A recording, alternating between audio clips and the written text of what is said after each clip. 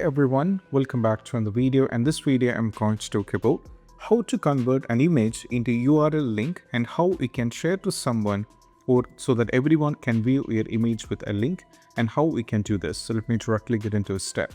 So the first one is all about you should be having an image. So just go over here on a Google Chrome, then make sure that you signed in. As you can see, in my case, I've already signed in.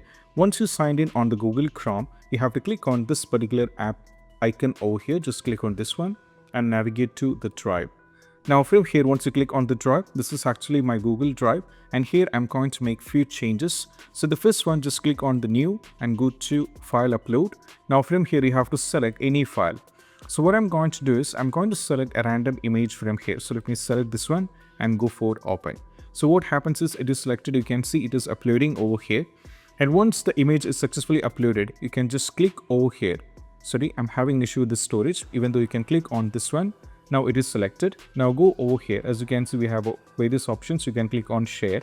Now when you click on the share, what happens is, as you can see, this access is only for me. Rest no one can view with this. So I need to change this to anyone with the link. So what happens is anyone with this particular link, they can view this image and they can download it.